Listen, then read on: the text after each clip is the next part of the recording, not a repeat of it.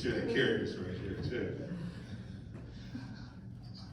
It's an honor to be here and to be here in person, to be able to participate in this very important journalistic event. You know, years ago when I was a very young student in journalism school, I'll never forget my reporting and writing teacher looked at the class and said, good journalism begins with what you know and ends with what you find out. And the award that we're giving out tonight is a classic example of that. Started with the tip, and the reporters just kept digging and asking questions and following the leads. And in the end, they had this wonderful, wonderful series. On behalf of the judging committee, of which Kira is one, and Manu was here, and I think I saw Aaron in the crowd, and Catherine as well. And there are other members of the committee, and they're all over the world, because one of the members is a professor in France. So we have a lot to judge. And every winter around January, Krista and Catherine, they give us a boatload of these investigations, and our eyes are pretty glassy by the end of it, but we have very interesting discussions. And so we'd like to present on behalf of the Center for Journalism Ethics, as well as the Judging Committee, this year, the 2024 Shadid Award, a classic example of the standard that was set by Anthony Shadid to an NBC News investigation about missing people buried in Pauper's graveyard, to Jon Schuppe, Mike Hixenbaugh, and Rich Schapiro.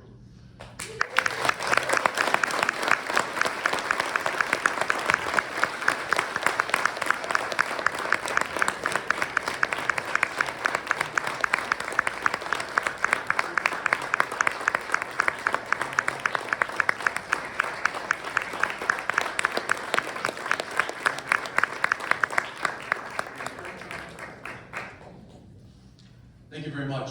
I'm Jon Schuppe, Mike Hixenbaugh, Rich Schapiro. Together we worked on this series that you just heard a little bit about. And watching the video reminded me when we first heard that we were being honored with this award. And I'm like, how the hell did we pull this off? Because those are incredible, the finalists, I can only imagine what the entries were like that before the finals were announced. It was just incredible work, and it's a very humbling and very appreciative feeling that we all have to be chosen by you to exemplify the work that Anthony Shadid did, and we're really appreciative of this.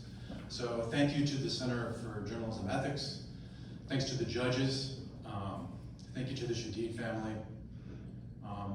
I'm speaking also on behalf of many other journalists at NBC News who are part of a team who we all collaborated on this. This is not just reporters going out in the field, it's the support of editors at many different levels and people who do graphics and take photos to put the whole package together. It was a large team effort. And in the crowd tonight, our editor, Julie Schapiro, is here, who line edited with equal intensity as our reporting. Our executive editor, Tom Namico. Thanks, Tom, for your support and allowing us to travel around doing these stories. And our executive vice president, Catherine Kim. Thank you, Catherine, for your support. None of this happens. I always consider myself very lucky, we all do, to be able to do this work. We get the support to do the work. I consider myself very lucky. I'm proud to be standing here having our names mentioned in the same sentence as Anthony Shadid. His work remains a beacon to all of us, as you have already heard from the people who knew him best. But also, I wanted to point out a person in the crowd who I consider the most important to me, and that's Betterstein Wade. Betterstein is the person who called me and gave me that initial tip. She's courageous, she's fierce, she's determined to make sure other people do not go through what she went through.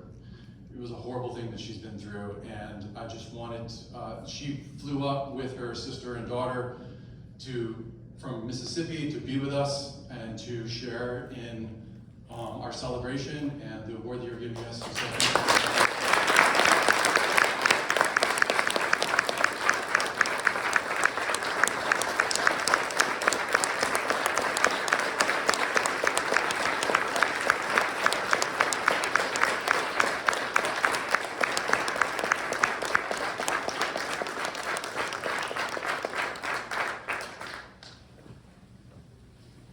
I just look at Betterstein. My wife said to me the other day, like, why are you just looking out of the window smiling? And I'm like, I'm just thinking about Betterstein.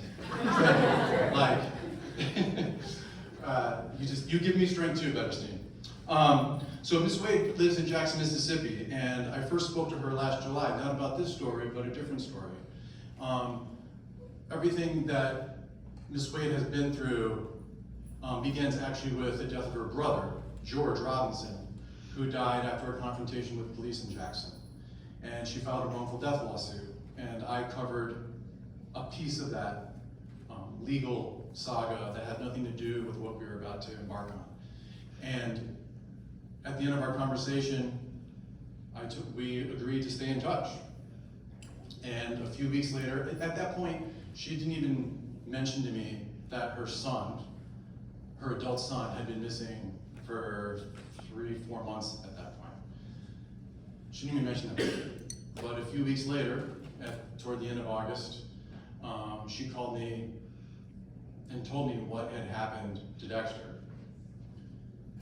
She told me that he had gone missing in March of 2023, and she reported him missing, and no one had any idea what happened to her. She reported him missing to the Jackson Police Department and got no response. She was on Facebook saying, Dexter, if you're out there.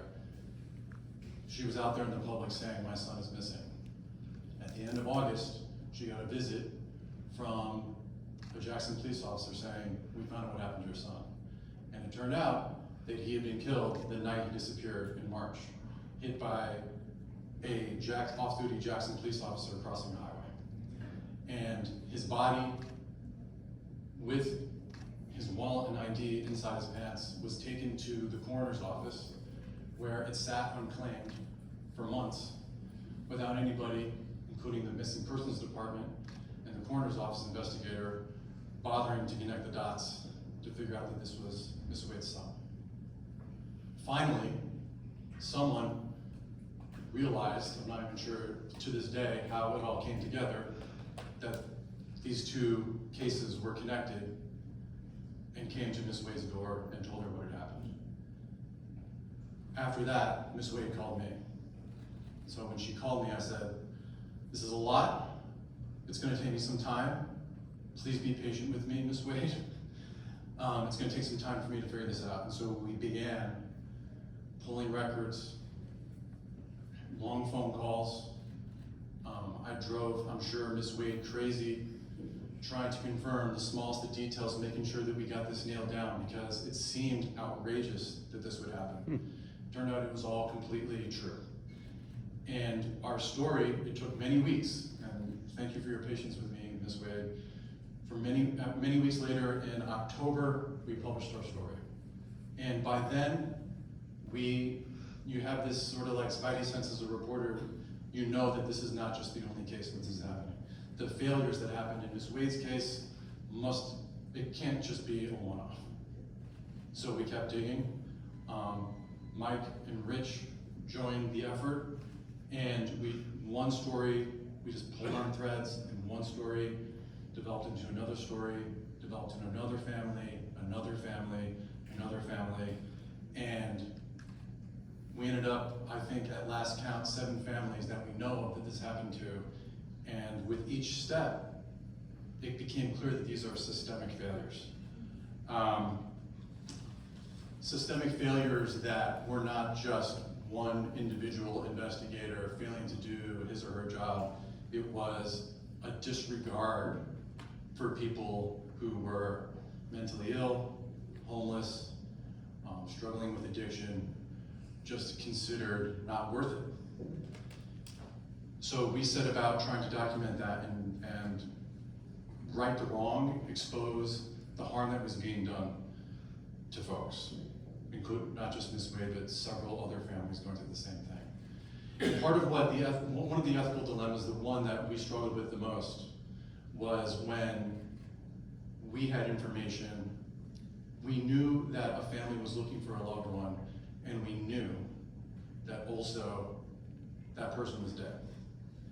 And we knew that the family did not know about that. How do we handle that? We spent days, weeks collecting documents, making sure we knew exactly what the facts were, and we were talking about the right person.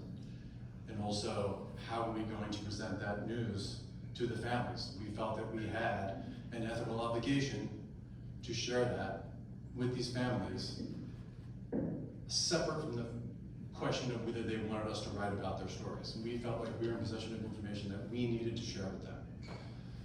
So in one case, I flew down to Jackson and delivered that news. A reporter should never be delivering that news. But we delivered that news to a mother who had no idea that her son was dead. And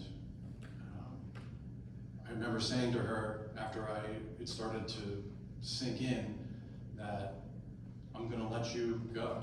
I'm gonna walk away, and we're gonna spend. We had all this planned out. We had thought through this with extreme detail. I'm gonna let you go. I'm gonna leave. If you ever want to get back in touch with me, you can. Here's my information, but there's no pressure here to talk. And within a couple hours, she was already texting me. And within a couple of days, she was ready to talk and sit down for an interview. And I think that moment, building up to what I love about having received the Shadid Award is that it recognizes not just the stories that we were doing and the impact that they were having. We got policies changed.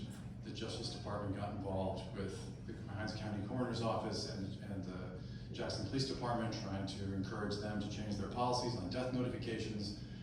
But what the Shadid Award does is recognize this work that went in behind the scenes.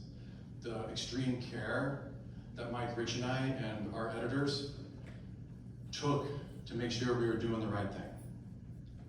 And I believe it's true that each family saw the care that we were taking and trusted us to continue to tell their stories. And person to person, that is how we as journalists earn the trust of the public. And nowadays, that's particularly important to be able to emphasize, is that this is how the on-the-ground work that was mentioned in the video, the on-the-ground work is the only way that you do the best work possible and also earn the public's trust. So thinking back to this experience, it reminds me why I became a reporter in the first place. It exemplified the good that journalism can do when it remains committed to truth, honesty, treating people with respect. And that's why we're so proud to receive the Anthony Shadid Award for Journalism Ethics. The award recognizes the difficult behind-the-scenes work required in telling the stories of traumatized, marginalized, overlooked people in a way that elevates their dignity. Receiving this award is one of the proudest moments in my journalism career, and thank you very much.